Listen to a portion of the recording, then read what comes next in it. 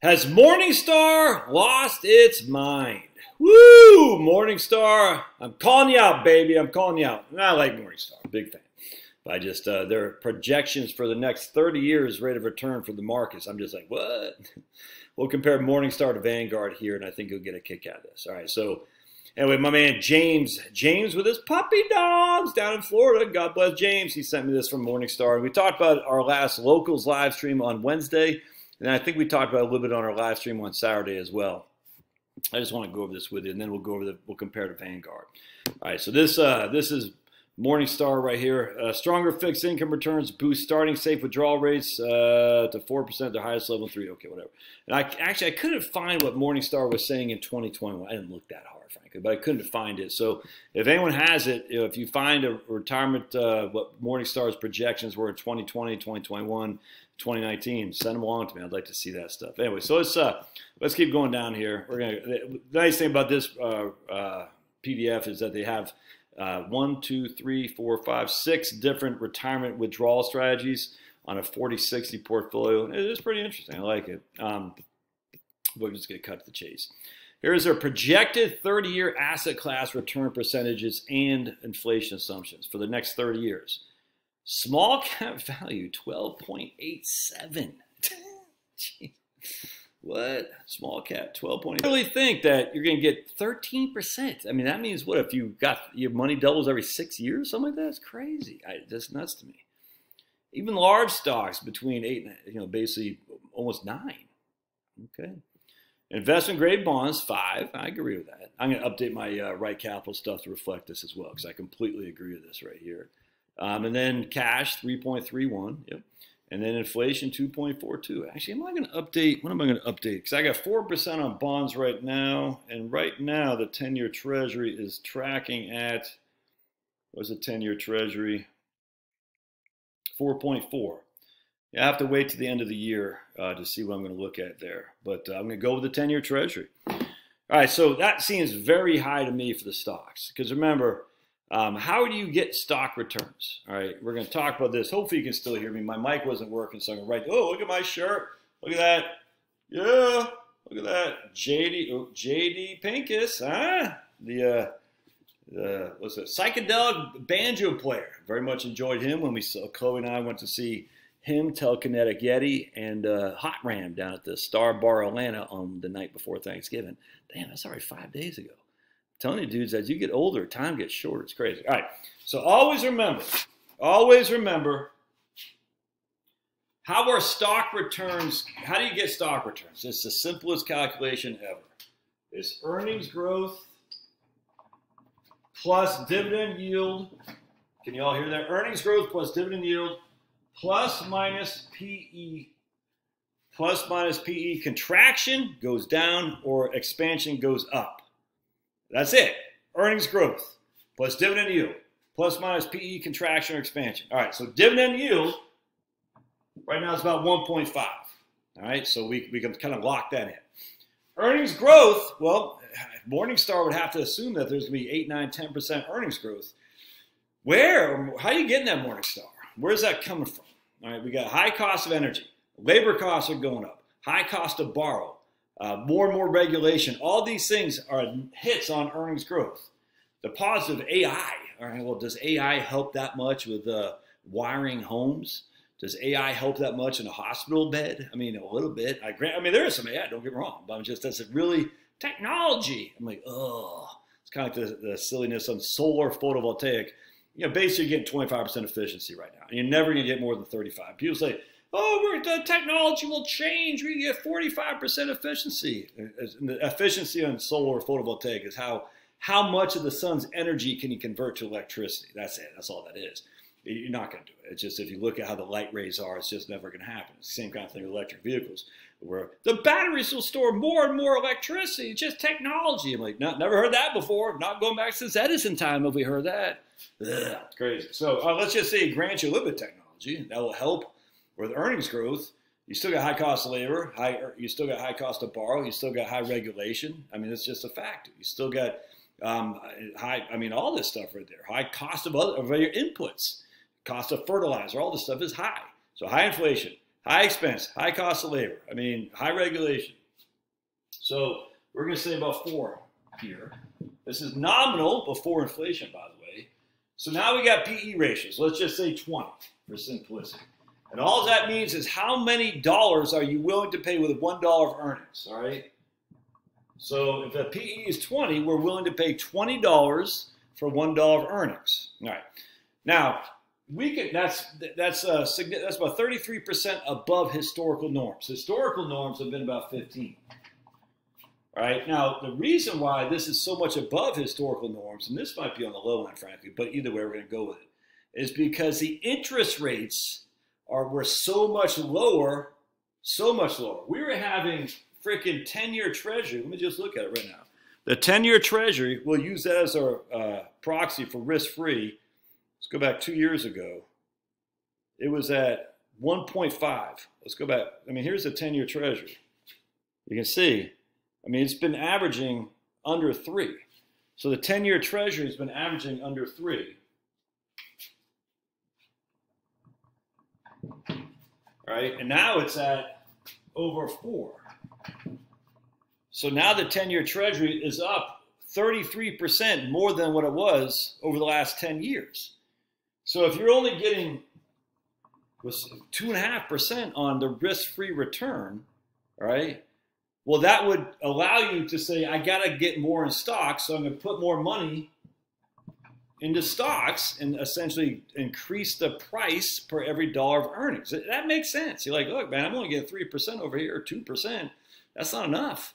I'm going to increase my exposure to stocks to try to get more return. And hopefully the earnings growth will go with it. But now we're getting 4. In fact, in cash, we're getting 5. 5% in cash right now. 5. So I'm sitting there thinking, wait. I can get 5 in cash, which is better than what my expectations for earnings growth are. And there's no risk? No risk at all. So why would I pay 20 for $1 of earnings when I can get 5 with no risk? So what happens to PEs? Will they go up or they go down? Well, most likely they're going to go down. So now we have earnings growth that doesn't look great to me. Dividend yield is incredibly low, and price to earnings ratio contraction. What does that do for stocks? It certainly doesn't give us a 12% rate of return at Morningstar. I literally can't understand that.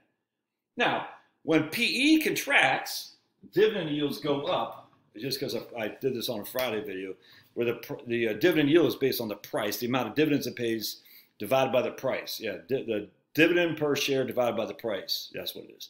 So as the price goes down, the dividend yield goes up inherently.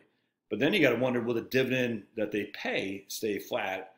Will they increase it or go? We don't know, and we can't say it. So in this case, if we have a PE contraction, and look, I don't know. You don't know. That's pure speculation. So I'm not going to speculate there. I just say 5.5 on stocks, and basically 4.5 on bonds. That's what I'm looking at. And Vanguard, I already used Vanguard. Vanguard shows about the same thing. Let me show you. Here's Vanguard's forecast for the next 10 years. Morningstar is the next 30 years. Okay. I had a kind of chuckle right here. A return to sound money. If they think this is sound money, jeez, man. Sound money. Okay, Vanguard. But anyway, I thought this was pretty interesting what they say. Right here. Bonds are back. The bonds are back. The bonds are back. Despite the potential for near-term volatility, in the past now, we believe this rise in interest rate is the single best economic and financial development in 20 years. I could not agree more, 100%. Our bond return expectations have now increased substantially. We now expect bonds to give us a nominal return between 5 and 6%, amigos. 5 and 6%, right? Can't beat that. However, higher rates leave equities overvalued, 100%. So we're downgrading our equity return between 4 and 6. So basically, they're giving bonds a 5.5% average rate of return, and stocks a 5% average rate of return. I'm going to go a little bit lower on bonds. Again, they're about 5.5, and about 5 on stocks. So I'm going to go with 4.5 on bonds and 5.5 on stocks. Now, again, I'm going to wait till the end of the year before I change everything. What I do like, though, is they had inflation. Where is their inflation rate? I think it was 2.4 or something like that. 2.5. So both Morningstar and Vanguard have inflation about 2.5, and I agree with that 100%. Again, I'm not going to go into inflation is, I tell you all the time about inflation being silly, but be it as it may, we're going to use that right there at 2.5. I haven't changed anything in Morningstar or Right Capital yet, but I will for sure. So we got Vanguard a lot more realistic. 5 on bonds, 5.5 on bonds, 4.5 on stocks and U.S. stocks. And Vanguard's been notoriously heavy on international. I'm not. Again, if you have S&P 500 or the total stock index, you have international stocks in there inherently, just because of the mechanism of international trade. Some guy said the other day on a comment, he goes, "This guy's market timing, it never ends well."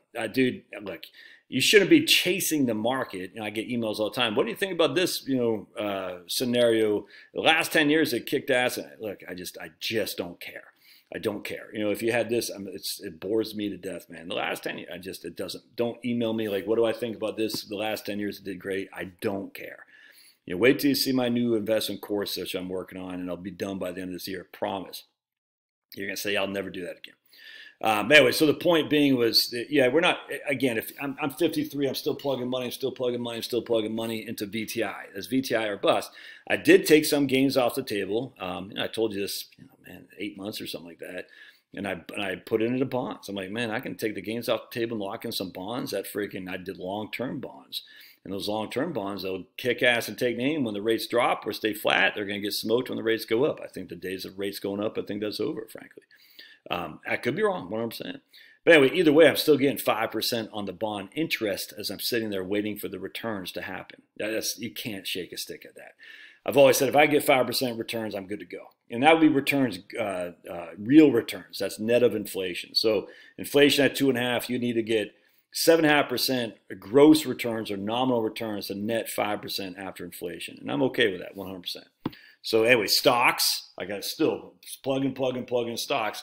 The difference between me and many of you, though, is I'm not trying to pull money from my portfolio anytime soon.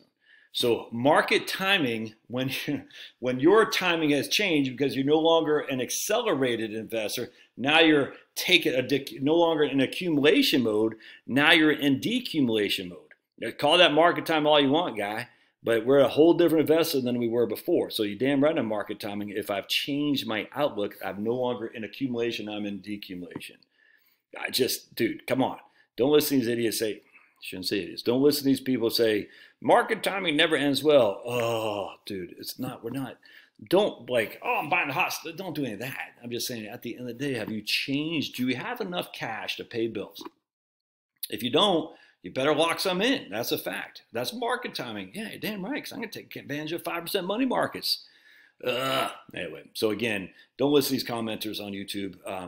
Most of them just don't know what they're talking about. It's just a fact. There are some good commenters I get. Many of you guys who have been around the channel for a long time, I get a lot of great advice from you. But I hear stuff all the time. I never thought about it like that. You know who you are. You're crushing. But some of these guys are drive-by commentators. Like, dude, come on. This channel isn't for the weak of mind. It's just not. My goodness, dude. I don't believe we happen to land on the moon. So if you can deal with my crazy stuff there, you know what I'm saying, you're going to be pretty good at confidence in your own ability to say, you know something, all these other guys, they're suit and ties. Here I come with Josh. I did shave and shower today. Woo! First time in 3 days. I'm smelling good. Think my wife will snuggle? Think my wife will snuggle? Who wants to bet? Who wants to bet? I bet she won't. She's like, yeah, that's good. Because she said, you stank. I said, okay, if I shower, can we snuggle? Maybe. And then I guarantee you, like, well, yeah, no, I'm pregnant. I'm like, huh? You've been pregnant for the last 25 years now. I guess let's see. Our youngest is 15.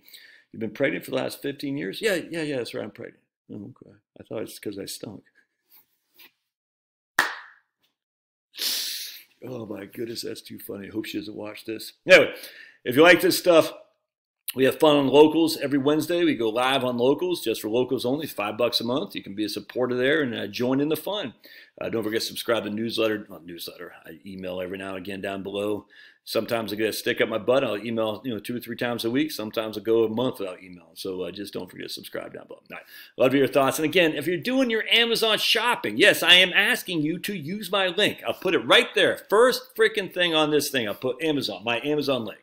If you click on my Amazon link and then you go buy other stuff, I get a commission off that. How much? I don't know. I mean, won't be much if it's books and stuff, but if you buy a freaking new Tesla off of Amazon, I'll get a commission. I literally don't know how much those would be. I had no idea. But that's what I'm saying. You don't have to buy the stuff that's specific on my thing. Just click on the link, go shop around, and buy stuff for Amazon for Christmas. Then freaking to help your old buddy Josh. Don't you want to help Pablo? Pablo won't eat unless you use my Amazon link. All right, we'll see you guys.